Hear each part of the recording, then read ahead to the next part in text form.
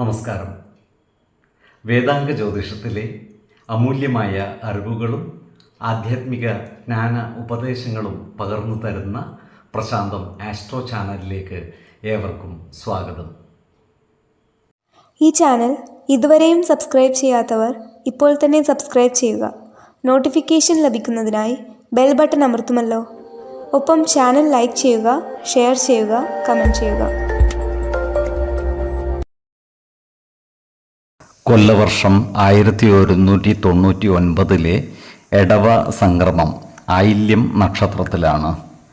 എടവം 1-ാം തീയതിയിലെ ഗ്രഹനില അനുസരിച്ച് മേടം രാശിയിൽ ബുധനും ശുക്രനും, എടവത്തിൽ സർവേശ്വരകാരകനായ വ്യാഴവും ആദിത്യനും, കർക്കിടകത്തിൽ ഗുളികനും, ചിങ്ങം രാശിയിൽ ചന്ദ്രനും, കന്നിയിൽ കേതുവും, കുംഭം രാശിയിൽ ശനിയും, മീനത്തിൽ കുജനും രാഹുവും സ്ഥിതി ചെയ്യുന്നു.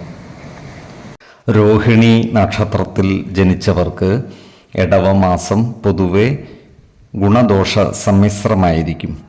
ഈ നക്ഷത്രക്കാർ അവർ ഇടപെടുന്ന എല്ലാ മേഖലകളിലും ആത്മസംയമനം പുലർത്തുകയും മാന്യത നിലനിർത്തുകയും ചെയ്യുന്നതാണ്. അതുകൊണ്ട് തന്നെ കർമ്മ മേഖലകളിൽ പൊതുജന അഭിപ്രായം വർദ്ധിക്കുന്നതുമാണ്. ഇവർക്ക് ഭരണകേന്ദ്രങ്ങളിൽ സ്വാധീനം വർദ്ധിക്കുകയും ചെയ്യുന്നതാണ്. ക്രിയാത്മകമായ പ്രവർത്തനങ്ങളിലൂടെ സമൂഹ മനസ്സിൻ്റെ അംഗീകാരം നേടിയെടുക്കുവാൻ ഇവർക്ക് സാധിക്കുന്നതുമാണ്. എന്നാൽ സാമ്പത്തിക കാര്യങ്ങൾ കൈകാര്യം ചെയ്യുമ്പോൾ അതീവ ശ്രദ്ധ പുലർത്തുന്നത് ഗുണകരമായിരിക്കും. കടബാധ്യതകൾ വന്നു ചേരുവാനുള്ള സാധ്യതകളും കാണുന്നുണ്ട്. അതിനാൽ വരവ് ചെലവ് കണക്കുകൾ കൃത്യമായി സൂക്ഷിക്കുകയും അമിത ചിലവുകൾ നിയന്ത്രിച്ച് നിർത്തുകയും വേണം. അതുപോലെ ഈ നക്ഷത്രക്കാർക്ക് ജോലിസ്ഥലത്ത് അപ്രതീക്ഷിതമായ ചില പ്രശ്നങ്ങളെ അഭിമുഖീകരിക്കേണ്ടതായി വരുവാനിടയുണ്ട്. ഇത്തരം പ്രശ്നങ്ങൾ പരിഹരിക്കുന്നതിനായി മുന്നിട്ടിറങ്ങി പ്രവർത്തിക്കേണ്ടതാണ്. അല്ലാത്ത പക്ഷം ജോലിയിൽ സസ്പെൻഷൻ വരെ വന്നു ചേരുവാനുള്ള സാധ്യതകളും കാണുന്നുണ്ട്. അതിനാൽ സഹപ്രവർത്തകരോടും മേലധികാരികളോടും നല്ല രീതിയിൽ പെരുമാറുകയും എല്ലാവരുടെയും ഇഷ്ടം നേടിയെടുക്കുവാൻ പരമാവധി പരിശ്രമിക്കുകയും വേണം.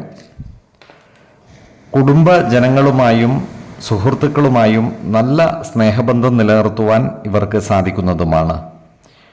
അവരുടെ കാര്യങ്ങൾക്കായി എന്ത് ത്യാഗവും സഹിച്ചു പ്രവർത്തിക്കുവാനും ഇവർ തയ്യാറായെന്നും വരും.